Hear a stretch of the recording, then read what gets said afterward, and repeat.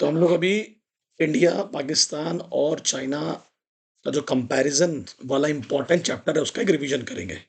बढ़िया-सा। आप अपने सामने नोट्स रखेंगे, ठीक है? और मैं तुरंत उसको अंडरलाइन कराते जाऊँगा और आप उसको तुरंत लिखते जाएँगे। डन बच्चों? यस। तो स्टार्ट करते हैं। देखिए, सबसे पहले कुछ इंट्रोडक्शन पार्ट है कि भई लास्ट 2 डिकेड्स में ये तो बहुत ही ज़्यादा एकदम क्या बोलूँ मैं इसको देख के कुछ याद आ गया, बट खैर ठीक है। Over the last 2 decades also the economic transformation हम देख रहे हैं पिछले 20 से 30 साल में और 40 साल में बहुत सारे इकोनॉमिक ट्रांसफॉर्मेशन हुए हैं अलग-अलग कंट्रीज के। उसका बहुत बड़ा प्राइमरली रीजन है बेटा ग्लोबलाइजेशन। मैं क्वेश्चन आंसर के फॉर्म में पढ़ाऊंगा और उसके कुछ शॉर्ट टर्म और लॉन्ग टर्म इम्पैक्ट भी हुए हैं हर कंट्री पर इंक्लूडिंग इंडिया। ये क्लियर करते हैं। बिल्कुल। Nations have been primarily trying to adopt various means बहुत सारे तरीके अपनाना चाहते थे और चाहते हैं और चाहते रहेंगे कंट्रीज जो उनकी खुद की इकोनॉमीज को बेहतर करे, खुद की कंट्री को बेहतर करे। हर कोई तो यही चाहेगा। तो उसके लिए वो लोग क्या करते हैं, बहुत सारे रीजनल मतलब लोकल आसपास के देशों से ग्लोबल ग्रुप्स बनाना, एग्रीमेंट्स, कॉन्ट्रैक्ट, ऑर्गेनाइजेशन जैसे कि सार्क, साउथ एशियन कंट्रीज के बीच में है ये। यूरोपियन यूनियन जिसको हम ईयू कहते हैं, यूरोपियन कंट्रीज के बीच में ASEAN, G8, G20 and BRICS, ये ऑर्गेनाइजेशंस बनाए जाते हैं अपनी खुदनी डोमेस्टिक इकोनॉमीज को स्ट्रॉन्ग करने के लिए, है ना? ग्रुपिंग की जाती है इन ऑर्गेनाइजेशन से अपने आप को, क्योंकि आप अकेले तो आगे बढ़ नहीं सकते। तो आपको क्या करने पड़ेंगे, ये एग्रीमेंट्स और ये ट्रेड और ये ग्रुपिंग्स करनी पड़ेंगी दूसरे देशों के साथ मिलकर। In addition, there is also an increased eagerness on the parts of various nation try to understand the development process कि भाई इंडिया ये सोचता होगा कि यार मैं और चाइना आस पास में साथ में ही इंडिपेंडेंस मिली, फिर ऐसा क्या चाइना ने अपने आप पर सूट किया एज ए नेबरिंग नेशन जो मेरे को ये अलाउ करेगा बेटर कंपैरिजन के लिए कि मेरी वीकनेस और स्ट्रेंथ क्या है। बराबर है ना? किसी और की डेवलपमेंट प्रोसेस से भी हम सीख सकते हैं अपनी स्ट्रेंथ और वीकनेस को ऑब्जर्व करके, स्पेशली अपनी neighbouring country.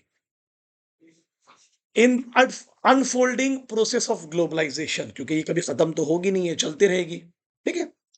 This is particularly considered essential by developing countries, क्योंकि देखिए ग्लोबलाइजेशन का सबसे ज्यादा अगर किसी को इंपॉर्टेंस है या किसी को यूज करना है उस ग्लोबलाइजेशन की प्रोसेस को, तो डेवलपिंग कंट्रीज है।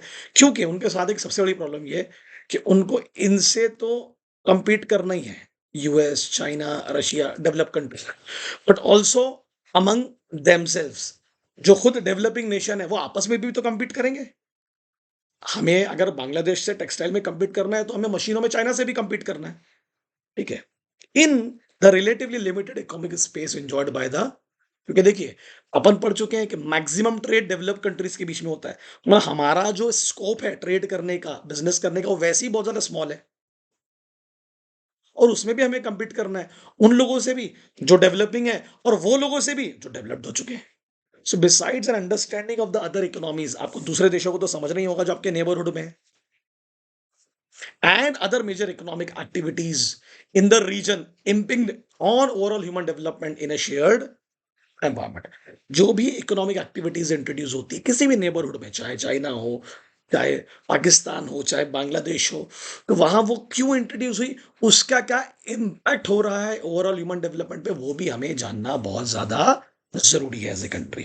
तो इस चैप्टर में हम लोग कंपैरिजन करेंगे बच्चों डिफरेंट डिफरेंट कंट्रीज का, इंडिया का, है ना, इंडिया से from the last 40 to 50 to 30 years. तो स्टार्ट करते हैं। तो आपको एक चीज तो पता है कि पहला क्वेश्चन अपने को पूछ सकता है कि यार सबके पास नेचुरल रिसोर्सेज तो ऑलमोस्ट सिमिलर थे, एक जैसे थे, या काफी वास्ट नेचुरल रिसोर्सेज तीनों कंट्रीज के पास थे, मगर तीनों ने अलग अलग पॉलिटिकल पावर को सेटअप किया। अपने को पूछ सकता है पॉलिटिकल पावर जो सेटअप किया गया वो अलग अलग कंट्रीज का क्यों था। तो पहला, इंडिया बना largest democracy of the world, by the people for the people.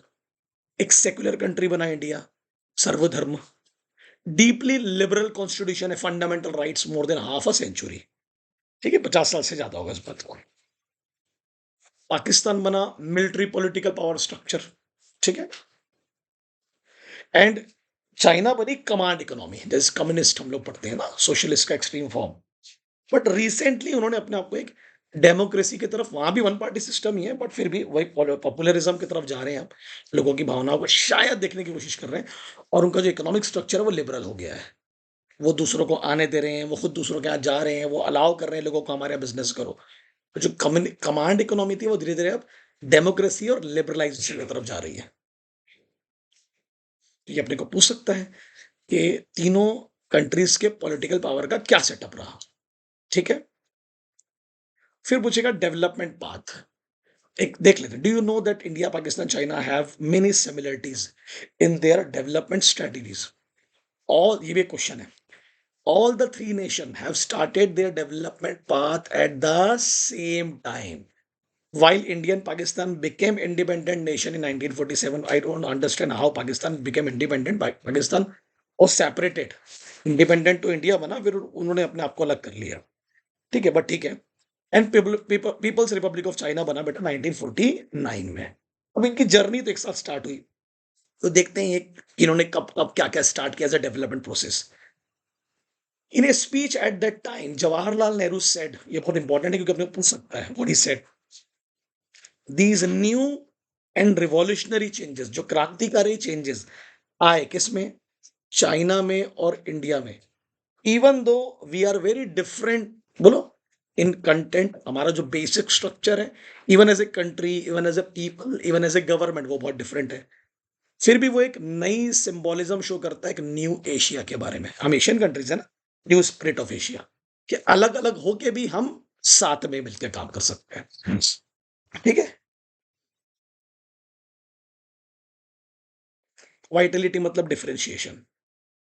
फिर बोलता है, आपसे अपने को पूछ सकता है कि तीनों कंट्रीज ने अपनी डेवलपमेंट स्टडीज को कब इंट्रोड्यूस किया। ये अपने को एग्जाम में पूछ सकता है।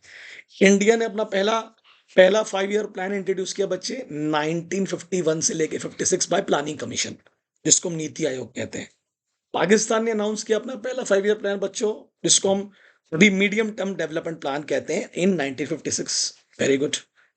और चाइना ने अनाउंस किया अपना फर्स्ट 5 ईयर प्लान 1953 में। तो ये अपने को एग्जाम में पूछ सकता है, अपने को भूलना नहीं है, 3 नंबर के लिए पूछ सकता है। ये भी पूछ सकता है, बोलता है since Pakistan is working on the basis of, अभी राइट नाउ पाकिस्तान अपने 12th 5 ईयर प्लान में, बट हम तो 2025 में, बट हम क्योंकि हम लास्ट 5 ईयर प्लान को डिस्कस करेंगे इसलिए। चाइना अपने 14th 5 ईयर प्लान में है, दैट इज 21 से 25 until March. India has been following 5 year plan based development model. India भी अपने 5 ईयर प्लान मॉडल को ही फॉलो कर रहा था। ये पूछ सकता है अपने, है ना? यहाँ तक क्लियर है? ओके, अब यहाँ से स्टार्ट करेंगे नया टॉपिक। इंडिया एंड पाकिस्तान है अडॉप्टेड सिमिलर स्ट्रेटजीज। इंडिया और पाकिस्तान ने क्या बोला, भाई हम क्या करेंगे, अपने पब्लिक सेक्टर को बढ़ाएंगे, लार्ज पब्लिक सेक्टर, और बहुत सारा पब्लिक एक्सपेंडिचर रेस करेंगे, पब्लिक के लिए पैसा इकट्ठा करेंगे, जो हम सोशल डेवलपमेंट में,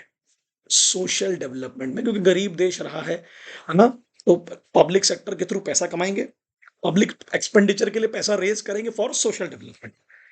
1980s तक तीनों कंट्रीज का जो ग्रोथ रेट और पर कैपिटा इनकम है वो ऑलमोस्ट सिमिलर था, ठीक है? यहां तक भी अपने को पूछ सकता है एग्जाम में। अब बोलेगा where do they stand today in comparison to another, ये इंपॉर्टेंट चीज है। अभी अगर देखें तो हम लोग क्या होगा, before we answer this question let us trace the historical path of development policies. थोड़ा हिस्ट्री में जाते हैं बेटा। After studying the last 3 units, we already know what policies had has been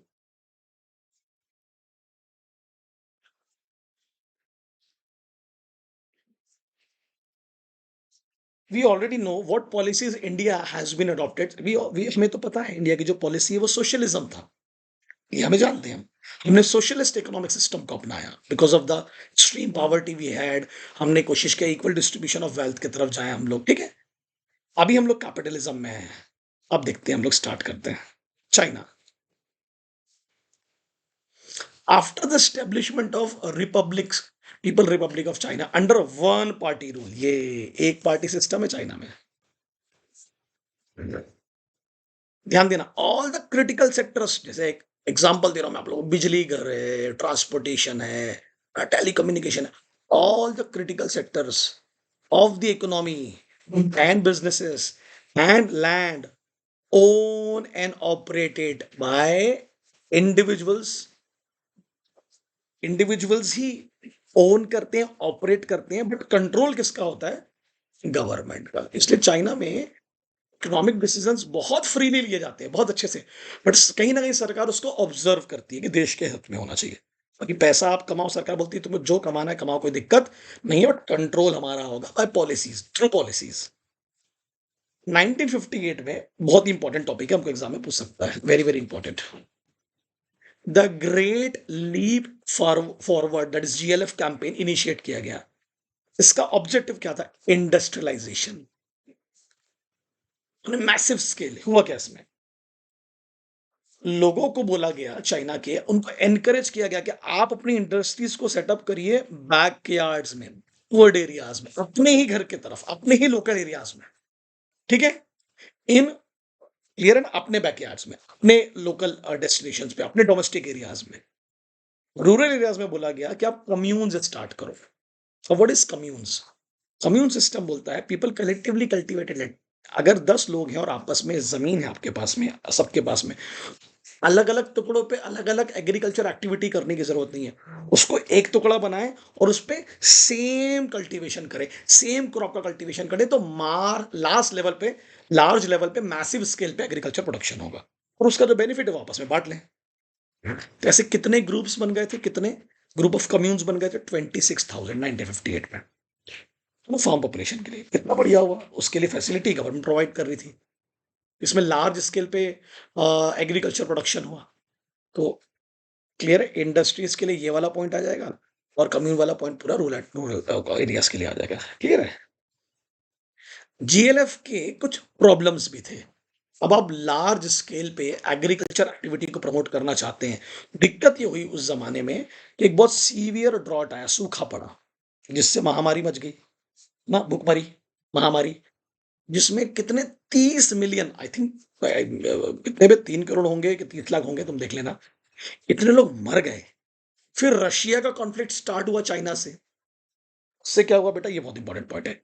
एक तो ड्रॉट की स्थिति आई, उससे जो आपके 30 मिलियन लोग मर गए। रशिया और चाइना का कॉन्फ्लिक्ट स्टार्ट हुआ, उससे, ध्यान देना बहुत इंपॉर्टेंट है, जो प्रोफेशनल्स रशिया के चाइना में थे, वो रशिया ने विड्रॉ कर लिया, बुला लिया अपने पास वापस। और वो क्यों आए थे प्रोफेशनल्स चाइना में? इंडस्ट्रियलाइजेशन प्रोसेस को हेल्प करने के लिए। तो डेफिनेटली ये कुछ प्रॉब्लम्स तो मेट हुई जीएलएफ के थ्रू। तो जीएलएफ पे आपको क्वेश्चन आएगा तो इतना लिखना है बस आपको। People were encourage to set up industries in their backyard, clear under rural systems. Communes were started, people collectively cultivated the land, that will increase the, बोलो, mass production, reduce the cost of production. 1958 में 26,000 communes covering almost all the farm population। ठीक है, GLF की कुछ problems भी थी, one severe drought आया जिससे हैवॉक आया, 30 मिलियन लोग मर गए। फिर रशिया और चाइना के कॉन्फ्लिक्ट की वजह से तो प्रोफेशनल चाइना में हेल्प करने के लिए, इंडस्ट्रियलाइजेशन के लिए, वो विड्रॉ कर लिए गए, बुला लिए गए। 1965 एक सेपरेट क्वेश्चन आ सकता है इस पे। माओ, जिन्हें रिवॉल्यूशनरी कहा जाता है चाइना के लिए, इंट्रोड्यूस किया उन्होंने ग्रेट प्रोलिटेरियन कल्चरल रिवॉल्यूशन ना, 1966 टू 76। देखते हैं व्हाट इज दिस। इन्होंने कहा कि जितने भी चाइना के स्टूडेंट हैं और जितने भी प्रोफेशनल्स हैं, लॉयर्स हैं, डॉक्टर्स हैं, इंजीनियर्स हैं, टीचर्स हैं, साइंटिस्ट हैं, इन्हें बोला गया जाओ बाहर जाके काम करो, बाहर जाके चीजें सीखो, देश के बाहर जाके, तो सीख के अपने देश में आके उसका कंट्रीब्यूशन दो। उस वजह से बाहर से स्किल सीख के आना, बाहर से लोगों को एक्सपर्टीज सीख के आना दूसरे देशों से, आज प्रेजेंट डे चाइना की जो इंडस्ट्रियल ग्रोथ है, उसका जो इंट्रोडक्शन हुआ, बेसिकली वो स्टार्ट हुआ बच्चे 1978 से, और उसमें उनको 10-12 साल की प्रोफेशनल लर्निंग लगी। क्लियर है? ट्रेस बैक मतलब तब से है ना, टाइम का कंपैरिजन करें ना हम लोग। रिफॉर्म्स लाए गए 1978 में, उसमें टाइम लगा 10-12 साल का। अब चाइना ने रिफॉर्म्स किस फेजेस में लाए, पूछ सकता है एग्जाम में। नंबर 1, इनिशियल फेज में क्या हुआ? सर इनिशियल फेज में ये हुआ कि चाइना ने भी अपना मेन फोकस किस पे रखा बच्चे? एग्रीकल्चर। फिर बच्चों फॉरेन ट्रेड और इन्वेस्टमेंट सेक्टर। स्टार्ट करते हैं एग्रीकल्चर में क्या हुआ, कम्यून सिस्टम को इंट्रोड्यूस किया। कम्यून लैंड्स जो थे, for example divided into small plots which were allocated to individual household. उनको बोला गया कि तुम्हें ये बोलो एग्रीकल्चरल के लिए दिया गया है, ये तुम्हारी ओनरशिप का पार्ट नहीं है। तो जो लोग बैठे होंगे जिनके पास काम धंधा नहीं होगा, वो खेती-बाड़ी भी कर लेंगे छोटे-छोटे पार्ट्स में और देश को उससे बेनिफिट भी मिल जाएगा, बट उसको ओनरशिप नहीं मिलेगी उस ज़मीन की। और बोला कि सुन भाई, उससे पैसा कमाओ, ज़मीन तो तुम्हारी है नहीं, ओनरशिप तो तुमको मिलेगी, उससे पैसा कमाओ, all the income from the land, but हमको सिर्फ टैक्स पे कर देना। इससे बेहतर क्या हो सकता है? इससे बेहतर क्या हो सकता है? ना?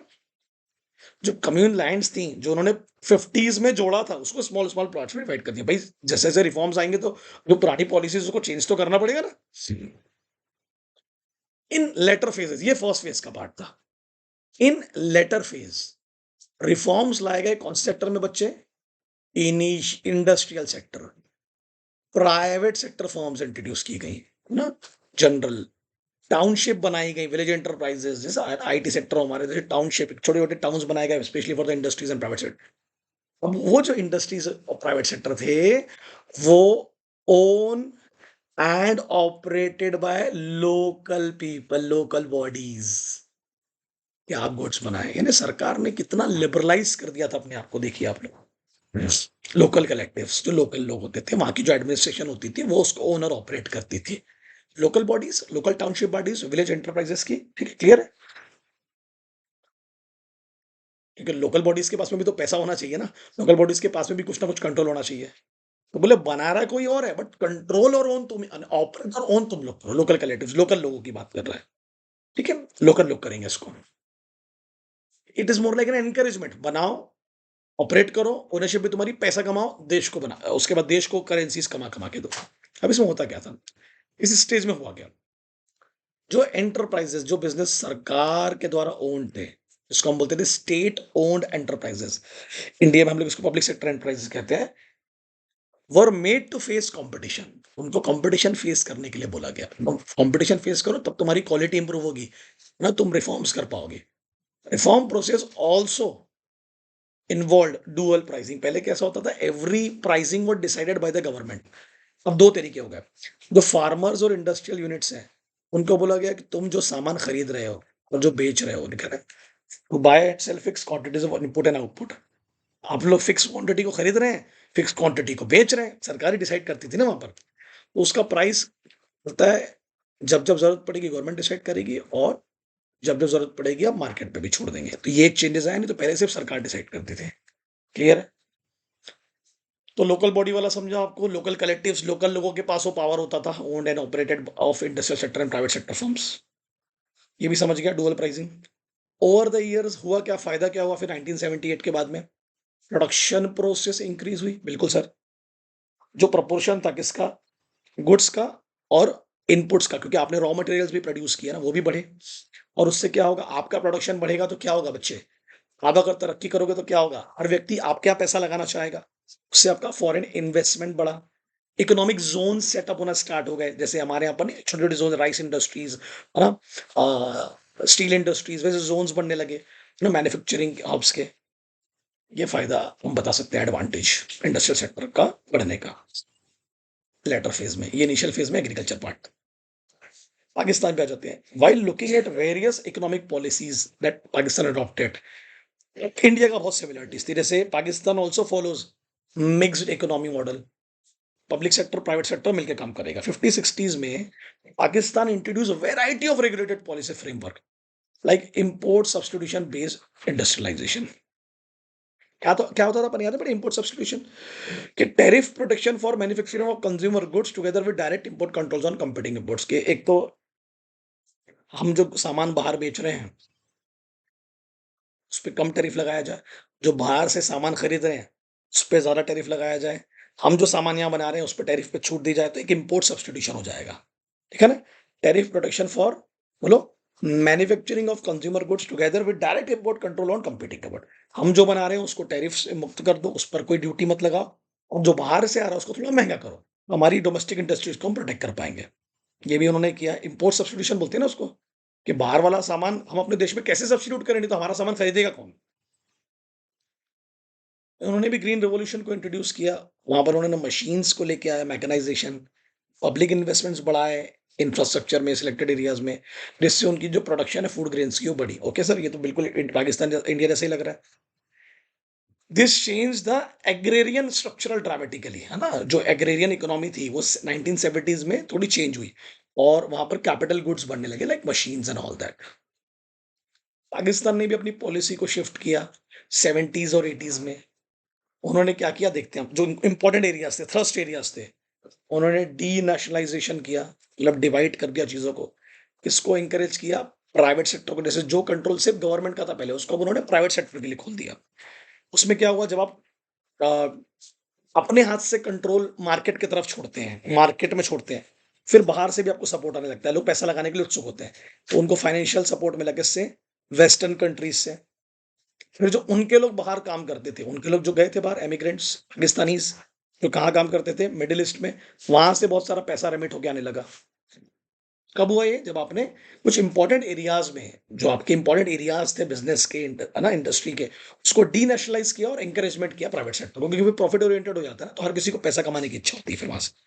ये पूछ सकता है हम लोगों को कि क्या फायदा मिला डी नेशनलाइजेशन से और एंकरेजमेंट से? भाई फाइनेंशियल सपोर्ट मिला वेस्टर्न कंट्रीज का, रेमिटेंस बढ़ा, जो इमिग्रेंट्स आउटफ्लो के गए थे उनका पैसा बढ़ा, मिडिल ईस्ट से पैसा आना चालू हुआ, और उससे हेल्प हुई कंट्री की इकोनॉमिक ग्रोथ में। हो सकता है ना एग्जाम में। ग्रीन रिवॉल्यूशन क्या लेके आया? Mechanisation, public investment in infrastructure, उससे प्रोडक्शन ऑफ फूड ग्रेन्स बढ़ा। ठीक है, और वो जो कंट्री एग्रेरियन थी, वो कैपिटल गुड्स की तरफ जाने लगी इंडस्ट्री। अब गवर्नमेंट ने प्राइवेट सेक्टर को इंसेंटिव्स देना भी चालू किया, like tax incentives, subsidies and all that. उससे एक बेहतर एनवायरमेंट बना, कंडूसिव क्लाइमेट के भी आओ और यहाँ पे इन्वेस्टमेंट करो। और ये रिफॉर्म्स कब इनिशिएट किया गया? 1988 में। देख लीजिए आप कि इनकी भी स्थिति बेहतर थी, ये अच्छा काम कर रहे थे, जैसे जैसे ये रेडिकलाइज होते गए ये बर्बाद हो गया, सेल्फ डिस्ट्रक्टिव हो गए। सो दे स्टार्टेड वेल। क्लियर है ना? Mixed economy model, regulatory policy framework, import को सब्स्टिट्यूट करो, अपने आप के अपना अपना टैक्सेशन कम करो, अपनी गुड्स के टैरिफ को कम करो, सस्ता करो, बाहर वाले पे ज्यादा कंट्रोल लगाओ, इंपोर्ट कंट्रोल्स लगाओ, टैरिफ के थ्रू, नॉन टैरिफ के थ्रू। ग्रीन रिवॉल्यूशन में मैकेनाइजेशन, पब्लिक इन्वेस्टमेंट, इंफ्रास्ट्रक्चर बढ़ाइए सिलेक्टेड एरियाज में, इसमें आपको प्रोडक्शन ऑफ फूड ग्रेन्स बढ़ेगा। आप एक एग्रेरियन इकोनॉमी से शिफ्ट होकर nationalisation of capital goods economy बनने लगे। 70s और 80s में आपने अपनी पूरी पॉलिसी चेंज की, आपने अपने आप को डीनेशनलाइज किया, स्पेशली इंडस्ट्रियल सेक्टर में प्राइवेट सेक्टर को एंकरेज किया। उससे क्या हुआ? आपको फाइनेंशियल सपोर्ट मिलने लगा, किसका? वेस्टर्न नेशन का। और जो आपके लोग आउटफ्लो हो गए, बाहर रहने के लिए चले गए थे पाकिस्तान से, वहां से डेफिनेटली बाहर वाला व्यक्ति बोलेगा मेरे देश में तरक्की हो रही, तो मैं भी पैसा इन्वेस्ट करूँ। काफी पैसा वहां से आया और at the end of the day stimulate हुई आपकी इकोनॉमिक ग्रोथ। फिर आपने भी बहुत सारे प्राइवेट सेक्टर को इंसेंटिव्स प्रोवाइड किए, टैक्स बेनिफिट्स के रूप में, सब्सिडीज के रूप में, ऑल दैट, और उससे एक कंडूसिव एनवायरनमेंट बनी इन्वेस्टमेंट के लिए। क्लियर है क्या यहाँ तक? यस सर, यहाँ तक क्लियर है ना? डेमोग्राफिक इंडिकेटर्स क्या कहते हैं? ये बहुत इंपॉर्टेंट है। Look into global population. Out of every 6 person living in this world, one is an Indian and another is a Chinese. मतलब 6 में से एक इंडियन और एक चाइनीज है। Wow, what an achievement. We shall compare some demographic indicators of India, China and Pakistan. तो easy है। Population जो पाकिस्तान की वो तो बहुत स्मॉल है, 18-20 करोड़ है। अगर अभी देखें रफली 1/10 ऑफ चाइना, जैसे अगर वो 100 करोड़ है तो 10 करोड़ है। इस तरीके से अगर हम 150 है तो पाकिस्तान 15 है। चाइना लार्जेस्ट नेशन है, जोग्राफिकली लार्जेस्ट एरिया, तीनों के कंपेयर में ज्यादा जोग्राफिकल एरिया उनके पास में, और डेंसिटी जो है पर स्क्वायर किलोमीटर में कम लोग रहते हैं, भीड़ भड़क का नहीं ज्यादा, कुछ कुछ गिने चुने शहरों को छोड़ के। इंडिया में डेंसिटी ऑफ पॉपुलेशन बहुत ज्यादा है, मतलब पर स्क्वायर किलोमीटर में ज्यादा लोग रहते हैं। ठीक है, और पॉपुलेशन ग्रोथ रेट जो है वो हाईएस्ट पाकिस्तान में, मतलब तेजी से पॉपुलेशन वहां बढ़ रही है, फिर इंडिया की और फिर चाइना की। ये पूछ सकता है अपने को कि ओवरऑल पॉपुलेशन देखें तो पाकिस्तान की कम है। जो पॉपुलेशन है वो लार्जेस्ट चाइना की, बट तो इंडिया की हुई है, थोड़ा पुराना डेटा हो गया है, अपने को पढ़ना ऐसे ही पड़ेगा। अभी लिख सकते हैं अपन नीचे कि आप इंडिया ने टेक ओवर कर लिया चाइना को भी। जोग्राफिकल एरियाज भी चाइना का ज्यादा है, बट उनकी डेंसिटी लोएस्ट है। जो ग्रोथ रेट है पॉपुलेशन का वो पाकिस्तान में ज्यादा है, उसका इंडिया में भी चाइना में।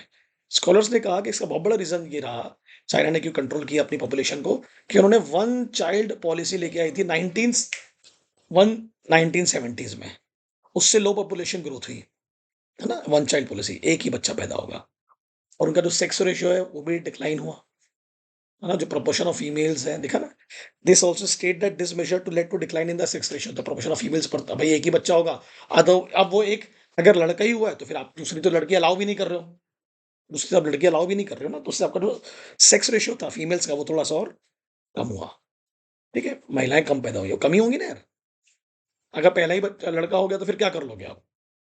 हाउ फ्रॉम द टेबल, अब वो टेबल में आपकी एनसीईआरटी में आप जरूर देखें एक बार उसको, you will notice that ratio is low and biased against females in all three countries. मतलब तीनों कंट्री को देखेंगे तो तीनों में मेल जो डोमिनेंस है पॉपुलेशन का वो ज्यादा है। स्कॉलर्स का कहना है कि भाई तीनों कंट्रीज में ये प्रेफरेंस है, सन प्रेफरेंस, बेटा चाहिए बेटा चाहिए बेटा चाहिए बेटा चाहिए, है ना? एक ही बच्चा होगा, अब एक बेटा ही हुआ है तो फिर दूसरी तो वैसी भी अलाउड नहीं है, तो फिर आपकी फीमेल पॉपुलेशन तो वैसे भी कम रहनी है। तो एग्जाम में पूछ सकता है अपने को डेमोग्राफिक इंडिकेटर्स के बारे में। In recent times all three countries have adopted various measures to improve the situation। जैसे इन्होंने वन चाइल्ड नॉर्म अपनाया, उससे ग्रोथ ऑफ पॉपुलेशन जो थी वो थोड़ी कम हुई, रेजिस्ट की ना, अरेस्ट मतलब रेजिस्ट की, कम हुई, है ना, उसके कुछ फायदे भी हैं। After few decades in China there will be more Elder, अब उससे ये हुआ कि क्योंकि आपने उस वक्त कम बच्चे पैदा होने दिए तो जो लोग पैदा हो चुके थे वो बुढ़े होने लगे ना, कंपेयर टू यंग पीपल। अब चाइना ने बोला यार इतनी बुजुर्ग पॉपुलेशन हो रही है, तो फिर उन्होंने क्या बोला, अब आप दो चिल्ड्रन रख सकते हैं, दो बच्चे। ठीक है, जो फर्टिलिटी रेट है, जो बर्थ रेट है, वो आपको पहले भी पता है कि वो चाइना में कम था और सबसे ज़्यादा पाकिस्तान में, बीच में इंडिया आता है। अर्बनाइजेशन सबसे ज़्यादा चाइना में, शहरीकरण 36% लोग जो है चाइना के वो शहर में रहते हैं, जो बहुत बड़ी बात है। ठीक है, एग्जाम में पूछ सकता है अपने को। वन चाइल्ड पॉलिसी से हुआ क्या, वो जो ग्रोथ ऑफ पॉपुलेशन है वो थोड़ी रेजिस्ट की, उसका ना, and also other implications also. अब इम्प्लीकेशन ये हुआ कि एल्डर पॉपुलेशन आपकी ज़्यादा हो गई यंग लोगों के कंपेरिजन में, फिर आपको मजबूरी में टू चिल्ड्रन पॉलिसी लेके आनी पड़ी। और आपका वैसे भी फर्टिलिटी रेट, जो पैदाइशी रेट था, बर्थ रेट था, वो कम था, सबसे कम सबसे ज़्यादा पाकिस्तान में है। और आपकी जो पॉपुलेशन है वो 36% शहरों में रहती है, सबसे ज़्यादा तीनों कंट्रीज में। क्लियर है कि यहाँ तक? मैं जल्दी से बताओ यार, जल्दी से जीडीपी वाला टॉपिक पढ़ा के फिर मैं आगे भेजता हूँ। One of the must talk issue around the world, China and it's growth of GDP. China has the second largest GDP of 35 trillion in the world, dollars. India का 15 ट्रिलियन है एंड पाकिस्तान का 1.5 ट्रिलियन है, रफली 10% of India GDP. We are very, हम हमेशा compare कर करके ही वो हो जाते हैं। हमें ये देखना देखना चाहिए था ना कि हमारा इससे क्या दूर है, हम इससे ही कंपेयर कर करके खुश हो जाते हैं। यहाँ देखो ना कैसे कंपेरिजन करना, 4 गुना बढ़ी है तो कैसे कर सकते हैं 3 गुना बढ़ी है। India GDP is about 42% of China GDP, मतलब चाइना का जितना जीडीपी उसका 42% हमारे पास। चाइना 100 रुपए कमा रहा है तो हम 42 रुपए कमा रहे हैं, 42 रुपए का प्रोडक्शन कर रहे हैं। While many developed countries were finding it difficult to maintain, बहुत सारे डेवलप कंट्रीज हैं स्पेशली यूरोप की, maintain growth rate of 5%। Europe हो गई, गल्फ कंट्रीज हो गए।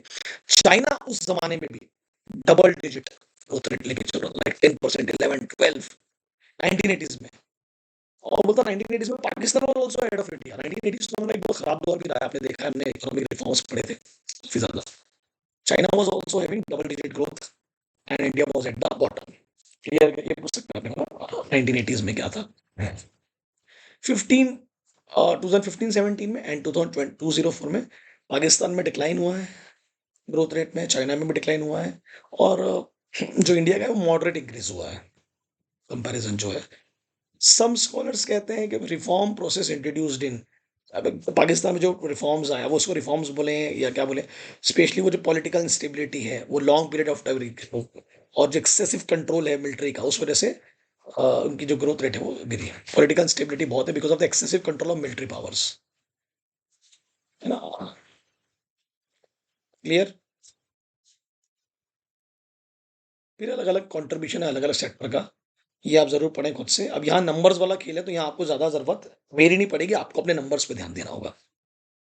समझ में आ रहा है? ये नंबर्स वाला गेम है तो इसे याद से पढ़ें आप लोग। मैं एक और वीडियो भेजूंगा आपको, फिलहाल आप ये नंबर्स ध्यान ध्यान से देखें। ये नंबर वाला जीवीए का मतलब क्या होता है, gross value added, that is contribution by all the three sectors, GDP MP, you can say this. ये नंबर वाला गेम है, इसको ध्यान से पढ़ें। मैं आपको उसका एक बेसिक, देखिए ये तो खत्म हो जाती चीजें ना, मैं आपको इसका एक सेकंड रुक जाइए, एक इंपॉर्टेंट चीज पढ़ा देता हूँ मैं इसकी आपको।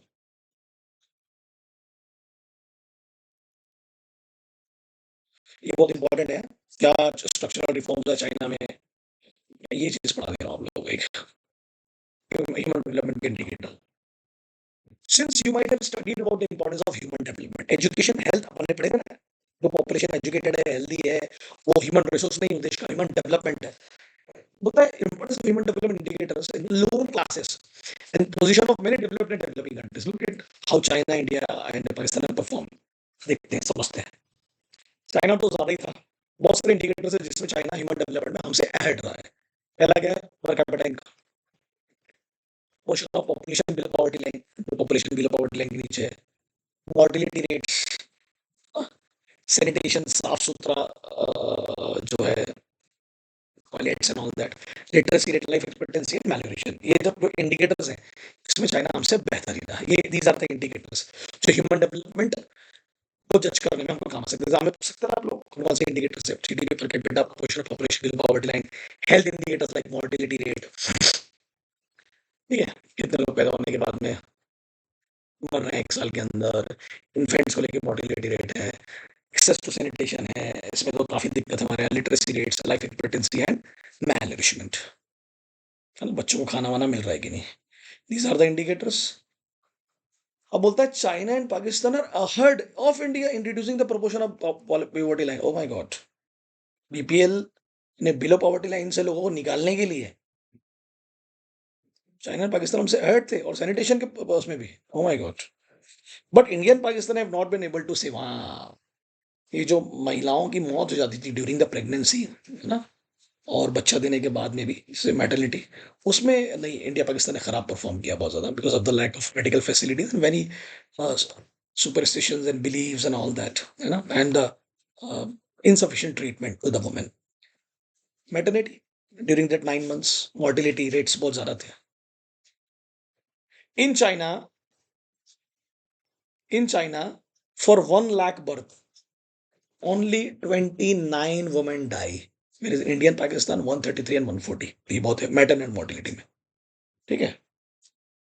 Surprisingly all the 3 countries report providing improved, okay, surprisingly बोल रहा हूँ खुद भी कि ड्रिंकिंग वाटर में इंप्रूवमेंट हुआ है। मुझे तो ताज्जुब लगता है कौन से सोर्स के थ्रू बताया जाए, बट होगा, अभी तो चीज़ें और खराब हो गई हैं, ठीक है, अपन पढ़ रहे हैं तो मान लेते हैं। China has the smallest share of poor among the 3 countries. Exam में पूछ सकता है अपने को इंडिकेटर्स का क्वेश्चन, बिल्कुल पूछ सकता है। बोलो कौन आगे था बिलो पॉवर्टी लाइन, लोगों को बाहर निकालने में और सैनिटेशन में? China and Pakistan. कौन अपनी वुमेन को नहीं बचा पाया मैटरनल मोर्टिलिटी रेट से? India and Pakistan. किसकी महिलाएं 1 लाख महिलाएं मरती थी मर्टलिटी में, कितनी मरती थी चाइना की? 29, पाकिस्तान और इंडिया की कितनी? इंडिया पाकिस्तान की 133 और 140। सरप्राइजिंगली तीनों ने ड्रिंकिंग वाटर में इंप्रूवमेंट किया है, प्रोवाइडेड ड्रिंकिंग वाटर। चाइना का जो पुअर का जो शेयर है वो सबसे कम है। कंक्लूजन ये हुआ, अपन जो कंक्लूजन निकाल सकते हैं बेटा, कि दीज आर द जजमेंट्स जो ह्यूमन डेवलपमेंट के हमने निकाले। ये कुछ इंडिकेटर्स हैं जिसके थ्रू हम लोगों ने कंक्लूजन निकाला कि चाइना शायद सबसे बेटर है। क्लियर है यहाँ तक? तो ये सब extremely important indicators, but sufficient नहीं है। एग्जाम में पूछ सकता है आपको क्या यही इंडिकेटर इंपॉर्टेंट है या और भी इंडिकेटर्स इंपॉर्टेंट है किसी भी कंट्री को डेवलप करने के लिए या बेहतर करने के लिए? तो बोलता है एक और इंडिकेटर को जन्म देते हैं, दैट इज लिबर्टी इंडिकेटर, कि वहां के देश के लोगों को कितनी लिबर्टी है, आजादी है ना। और वो कैसे पता चलेगा? आपका डेमोक्रेटिक पार्टिसिपेशन, इलेक्शन में पार्टिसिपेशन क्या है, आप अपने प्रतिनिधि को कैसे चुनते हो, जो इंडिया में सबसे ज्यादा है, क्योंकि वहां तो मिलिट्री रूल है पाकिस्तान में, वहां तो कम्युनिज्म है, वन पार्टी रूल है चाइना में ना। देश के जो लोग हैं वहां के, वो सोशल पार्टिसिपेशन में और पॉलिटिकल डिसीजन मेकिंग में कैसे इन्वॉल्व होंगे, तो इसमें ज्यादा कभी भी ध्यान नहीं दिया गया, और मुद्दा में यहाँ ध्यान देना चाहिए। So these are extremely important but not सब कुछ नहीं है वो। आप देखते हैं लिबर्टी इंडिकेटर्स होता क्या है? लिबर्टी इंडिकेटर्स का मतलब होता है the extent of constitutional protection given rights. कौन सा देश अपने संविधान के थ्रू अपने सिटीजन्स को प्रॉपर राइट्स देता है, कॉन्स्टिट्यूशनल प्रोटेक्शन देता है, अपनी जुडिशरी को प्रोटेक्शन देता है, अपने रूल ऑफ लॉ को प्रोटेक्शन देता है। इन तीनों इंडिकेटर्स को अभी तक इंट्रोड्यूस नहीं किया गया है। अगर ये सब आएगा तो शायद इंडिया इनसे बेहतर होता, यह है डेफिनेटली, है 100%, इनसे तो बेहतर ही इन मामलों में। कौन कौन सा? Constitutional protection to the citizen, constitutional protection to the independence of judiciary, स्वतंत्रता, and the rule of law. ये इसको बोलते हैं लिबर्टी इंडिकेटर्स, जिसको अभी तक इंट्रोड्यूस नहीं किया गया है ह्यूमन डेवलपमेंट इंडेक्स के देखने के लिए, ठीक है। बोलता है अगर इनको नहीं लाएंगे तो ये तो इनकम्प्लीट कहलाएगा ना, और यूजफुलनेस लिमिटेड हो जाएगी। ठीक है, हो सकता है एग्जाम में अपने। अप्रेजल का मतलब होता है क्रिटिक, आलोचना। डेवलपमेंट स्ट्रेटेजीज थी जिसको लेके कुछ क्रिटिक्स, कुछ आलोचनाएं किए गए, एनालिसिस किए गए, तो वो लिखा हुआ है यहाँ पे, ये अपने को ध्यान देना होगा। ठीक है? तो आप बाकी का पढ़ें, कोई डाउट आएगा तो मेरे से पूछें, बाकी ये खत्म हो गया ऑलमोस्ट। अब आप लोग पढ़िए फटाफट। ये तो सब इंपॉर्टेंट पॉइंट्स है, ध्यान रखना। पाकिस्तान में जो पैसा है वो कहाँ से आता था। ये इंपॉर्टेंट पॉइंट्स वाले जो पैराग्राफ है उसको ध्यान से पढ़ना। ठीक है? क्यों पाकिस्तान की हालत खराब हुई, ये इंडिकेटर्स है, दिया हुआ है। Done done done done. ये इंडस्ट्रियल रिफॉर्म जो चाइना में है उसको लेके बेटा, ये डेवलपमेंट क्रिटिक्स, ये मैंने पढ़ा दिया आप लोगों को। और ये तो पूरा जीडीपी वाला पोर्शन है, तो ये मैंने बताया आप लोगों को, ये नंबर्स वाला गेम है, तो ध्यान से मुझसे पढ़े। ये पूरा नंबर्स वाला गेम है, ये नंबर्स आप लोगों को याद रखने होंगे, कितने कितने, किसने कितने कितना कंट्रीब्यूट किया एग्रीकल्चर सेक्टर में, इंडस्ट्री सेक्टर में, कौन सा देश एग्रीकल्चर से इंडस्ट्री में गया, कौन सा डायरेक्ट एग्रीकल्चर से डायरेक्ट सर्विस में गया। ये आपको समझ में आ जाएगा प्रोजेक्ट से। जैसे चाइना एग्रीकल्चर से इंडस्ट्री में गया, वो पहले वो भी हाँ फिर सर्विस में। India Pakistan direct industry agriculture से सर्विस में चलेगा, इंडस्ट्रियल को उन्होंने तवज्जो नहीं दी। मैंने अलग अलग अंडरलाइन कर दिया उसमें हेडिंग्स। ठीक है? क्लियर? चलो ठीक है, खत्म।